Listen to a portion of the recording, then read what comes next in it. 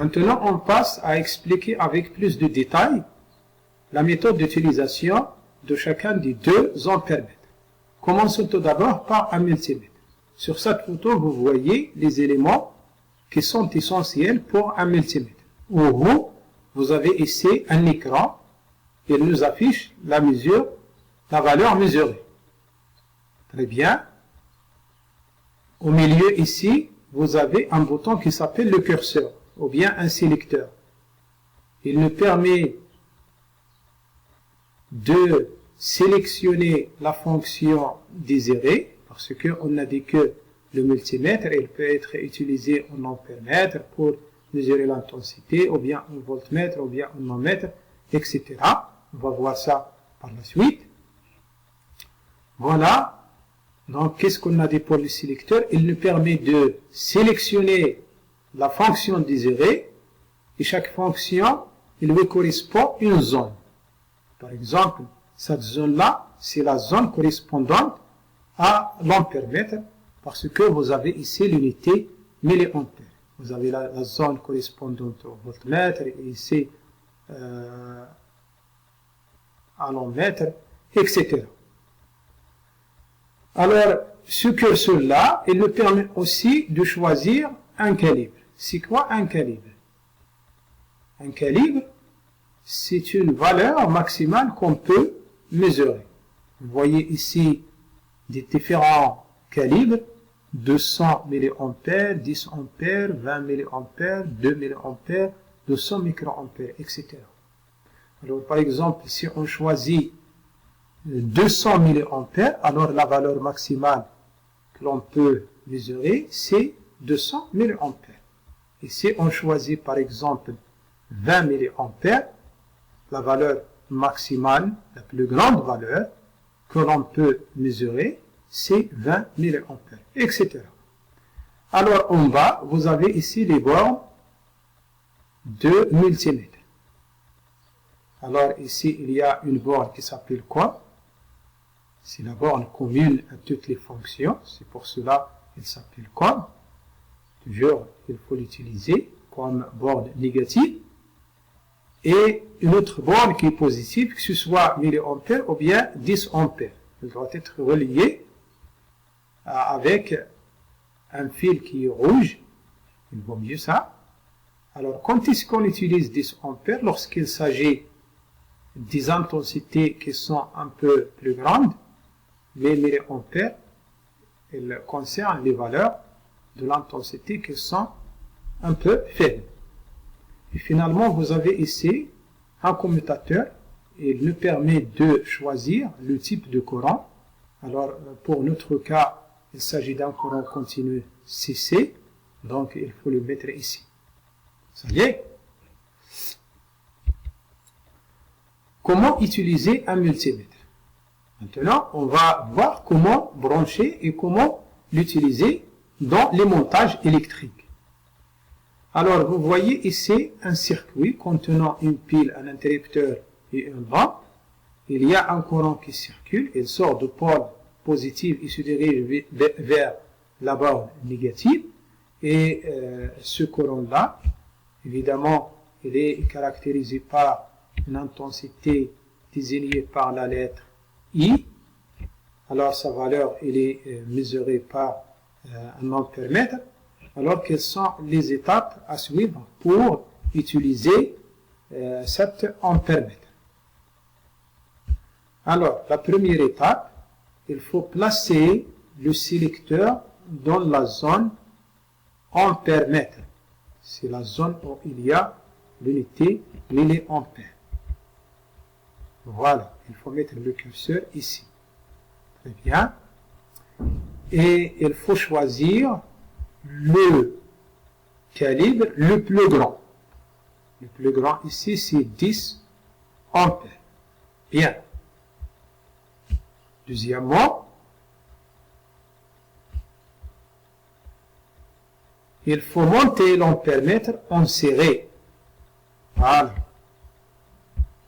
Donc, il faut brancher l'ampèremètre en série et s'assurer que la borne com est reliée à la borne négative et la borne ici, puisqu'on a utilisé le calibre 10 ampères, donc la borne positive qu'on doit utiliser, c'est la borne 10 ampères. Parce que la borne 10 ampères, il s'utilise pour le calibre 10 ampères et la borne milliampère, il s'utilise pour les autres calibres qui sont exprimés, que ce soit en milliampères ou bien en microampères. Troisièmement, on va lire sur l'écran la valeur mesurée qui est exprimée en ampères. La valeur qui serait affichée sur l'écran, elle est en ampères.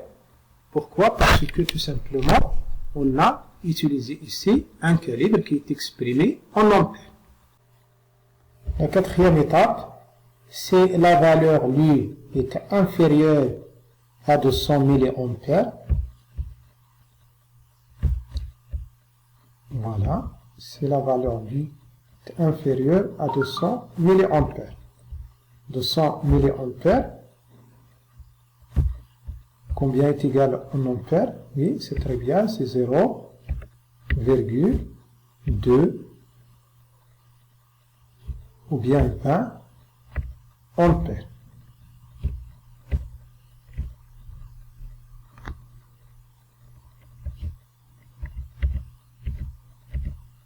Alors, au début, qu'est-ce qu'on a dit? On a dit qu'il faut brancher l'ampèremètre sur cette borne et choisir le calibre 10 ampères. Mais si la valeur affichée ici est inférieure à 200 milliampères, par exemple 160 milliampères, qui est égal, bien sûr, en ampères, c'est 0,16 ampères. Donc, si vous avez une valeur comme celle-là, inférieure à 200 milliampères, qu'est-ce qu'il faut faire? Il faut modifier le calibre. Parce qu'au début, il est là, sur 10 ampères. Donc, ce calibre-là, il n'est pas convenable, parce qu'il est beaucoup plus grand. Et cette valeur, dans ce cas-là, elle n'est pas précise. Alors, pour qu'elle soit précise, il faut que le calibre soit légèrement un peu plus grand. Donc, on doit mettre le curseur ici, ça veut dire choisir le calibre de 100 milliampères et brancher et débrancher ce fil qui était branché sur la borne 10 ampères et le mettre sur milliampères, parce que cette borne, elle concerne les calibres en milliampères. Très bien, mais si vous avez une valeur qui est supérieure à milliampères, par exemple 250,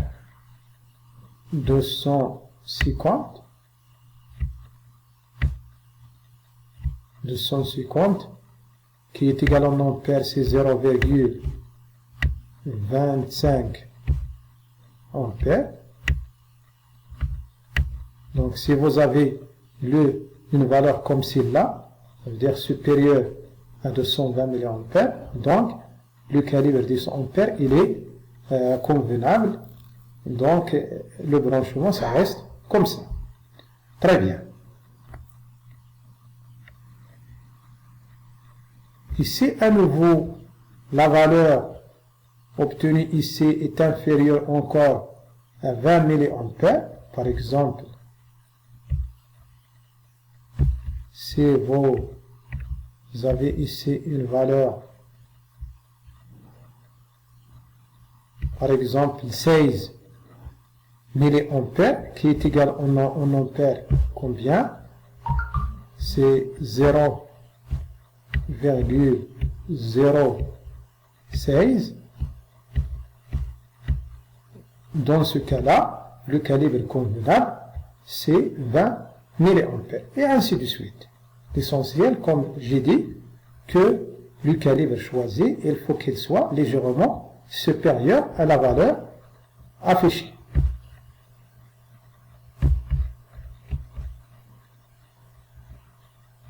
Voilà.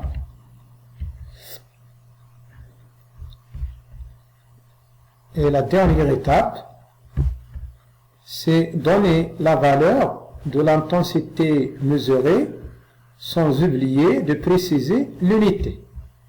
Qu'est-ce que ça veut dire? Ça veut dire que il faut écrire l'intensité I avec une valeur, par exemple 116, mais il faut pas écrire comme ça, il faut toujours ajouter l'unité, par exemple milliampères. Si vous utilisez par exemple le calibre qui est égal à 200 milliampères. Très bien. Et finalement, vous avez ici deux remarques. La première, si un signe moins apparaît, ça veut dire si vous avez une valeur qui est affichée sur le multimètre, une valeur négative. Qu'est-ce qu'il s'est passé ici? Tout simplement, vous avez inversé le branchement du multimètre. La valeur comme il est lié à la borne positive du générateur. Dans ce cas-là, qu'est-ce qu'il faut faire? Tout simplement, il faut inverser le branchement de toute façon que la borne com soit liée à la borne négative du multimètre et la borne 10 ampères ou bien milliampères soit liée à la borne positive du générateur. La deuxième remarque, si un chiffre 1 s'affiche, voilà le chiffre 1, s'il s'affiche sur l'écran, alors ici, il y a un danger pour le multimètre. Quand est-ce que le chiffre 1 s'affiche? Lorsque vous choisissez un calibre qui est plus petit que la valeur mesurée. Dans ce cas-là, l'appareil elle peut être détérioré. Donc, une fois que vous avez un chiffre 1 affiché sur l'écran, qu'est-ce qu'il faut faire? Il faut tout de suite changer le calibre et choisir un autre qui est un peu plus grand. Très bien. Maintenant, je vais vous laisser avec une vidéo qui va vous expliquer par une expérience comment brancher et utiliser un multimètre. Regardez la vidéo. Dans ce tutoriel, je vais vous expliquer comment utiliser un multimètre pour mesurer une intensité.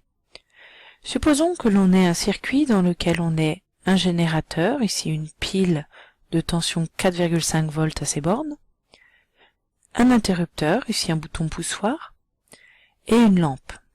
Ces trois instruments sont montés en série. Un courant circule, lorsque l'on appuie sur l'interrupteur, la lampe brille. Comment mesurer l'intensité du courant? On va utiliser pour cela un multimètre en ampères-mètre. Si on observe le multimètre, il y a plusieurs zones, et c'est cette zone dans laquelle il y a écrit A qui va permettre de mesurer l'intensité du courant. Tout d'abord, il va falloir débrancher un fil et insérer l'ampère-mètre en série dans le circuit pour mesurer l'intensité du courant. On prend un premier fil, on le place ici, et le courant sortant de la borne plus, on place ce fil dans la borne soit milliampères si l'intensité est très faible, soit 10 ampères si l'intensité est forte. Ici, elle va être faible, on la rentre dans la borne milliampères. On ferme le circuit avec un autre fil qui ressort par la borne COM du multimètre et qui vient s'insérer dans la lampe. On a ainsi un circuit en série. L'ampère-mètre est bien branché en série avec les trois dipôles, pile, interrupteur, lampe. Pour mesurer l'intensité, on déplace ici le curseur, par exemple sur la zone 200 mA, le calibre 200 mA, signifiant qu'au maximum, on va pouvoir mesurer une intensité de 200 mA. Dans le cas d'une pile de 4,5 volts, c'est souvent ce qui arrive. Si on a des doutes, on utilise le calibre ici 10 ampères et on place le curseur devant 10 ampères. Si on se rend compte que l'intensité est plus faible que 200 mA, on peut repasser sur ce calibre-là. Pour l'instant, l'ampèremètre indique 0 mA car aucun courant ne circule vu que l'interrupteur est ouvert. On appuie sur le bouton et on mesure une intensité de 187,4 mA. J'ouvre à nouveau le circuit. Observons ce qui se passe si, par exemple, on inverse les deux fils. Je débranche celui-là, je le déplace et je remplace à nouveau. Voilà. Je ferme l'interrupteur. L'intensité, cette fois-ci, est négative. Cela signifie qu'on a branché l'ampèremètre à l'envers, on pourrait dire, mais en fait, dans le sens opposé au sens normal, officiel de mesure. C'est-à-dire que normalement, pour mesurer l'intensité, il faut que le courant entre par la borne milliampère ou 10 ampères. Ici, dans ce branchement, elle rentre par la borne COM, le courant va dans l'autre sens que prévu, donc on mesure une intensité négative.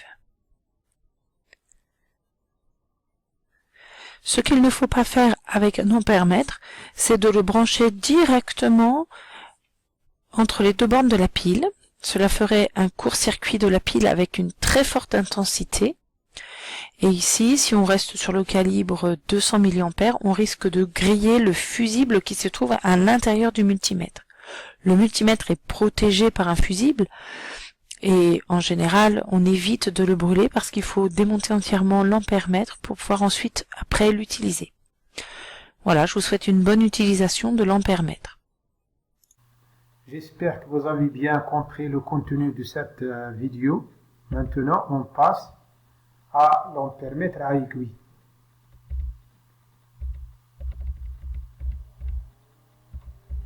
Alors, lorsqu'on utilise l'ampèremètre à aiguille, il faut calculer l'intensité I en utilisant cette formule. Voilà, l'intensité I est égale à le calibre fois le nombre de divisions indiqué par l'aiguille sur le nombre de graduations totales de l'échelle de lecture. Donc I est égal, voilà la formule, I est égal C fois petit n sur grand N. C, c'est le calibre utilisé, petit n, c'est la graduation indiquée par l'aiguille, et n, grand N, c'est le nombre total de graduations sur le cadran. Alors, on va voir un exemple. Regardez bien, vous avez ici un ampèremètre à aiguille, et regardez que l'aiguille, elle affiche, elle indique une graduation qui est égale à 20. Et le nombre grand N, c'est 30, et le calibre utilisé ici, c'est 10 ampères. Alors, pour calculer I, on commence tout d'abord par application de la relation. Toujours, il faut écrire, on applique la relation. Voilà. Et il faut toujours encadrer cette relation. Voilà. Puis, on passe à faire l'application numérique. I est égal, combien est égal? C'est 10 ampères. Voilà. Combien est égal petit n? C'est 20. Voilà. Et grand N, c'est 30. Donc, le résultat, c'est 6,66 ampères. La même chose, il faut toujours encadrer le résultat final. Donc, si vous écrivez le résultat sans précisément, ta réponse elle est incomplète. Toujours, il faut préciser l'unité. Très bien. Maintenant, on va faire un exercice pour s'assurer est-ce que vous avez bien assimilé le cours ou non. La première question. L'intensité de courant électrique est une grandeur désignée par la lettre. Est-ce que U ou bien A, ou bien I, ou bien V. Oui, c'est très bien. Oui, c'est la lettre I. Donc, c'est une bonne réponse. Question 2. Comment on entend le multimètre lorsqu'il mesure une intensité? Alors, vous avez ici les choix, voltmètre, ampèremètre, intensimètre. Oui, c'est très bien. Donc, c'est l'ampèremètre. C'est une bonne réponse. Troisième question. Comment le multimètre doit être branché dans le circuit pour mesurer une intensité? Vous avez ici deux choix. Est-ce qu'en série, est-ce qu'en dérivation? Bien sûr, on a dit que l'ampèremètre, il doit être branché toujours en série. Très bien, c'est une bonne réponse. Quatrième question, vous avez ici deux montages où il y a un ampèremètre. Et bien sûr, un multimètre mêlé, il est utilisé en ampèremètre. Alors, la question, quel est le montage dans lequel le multimètre ou bien l'ampèremètre, il est bien branché? Oui, ici, il est branché en dérivation avec la lampe, et ici, il est branché en série. Donc, c'est celui-là. Très bien, c'est une bonne réponse. Cinquième question, quelle borne doit-on utiliser en premier pour mesurer une intensité? Alors, on a dit que pour ne pas endommager l'appareil, il faut commencer toujours par le calibre le plus grand. Et le calibre le plus grand, c'est 10 ampères, avec toujours la borne corne. C'est très bien, c'est une bonne réponse. Sixième question, dans quelle zone doit-on placer le sélecteur pour mesurer une intensité? Oui, on veut mesurer l'intensité, donc il faut placer le sélecteur dans la zone correspondante à l'ampèremètre, et la zone correspondante, c'est la zone où il y a A ou bien milliampères. Très bien, c'est une bonne réponse. Septième question, sur quel calibre doit-on placer le sélecteur en premier pour mesurer une intensité inconnue? Oui, c'est très bien, on a dit qu'il faut toujours commencer par le calibre le plus grand qui est 10 ampères. Voilà, c'est une très bonne réponse. Voilà, c'est toujours la cinquième question. Je crois que l'exercice est terminé. Alors, bravo, vous avez bien compris le cours. Merci pour votre attention.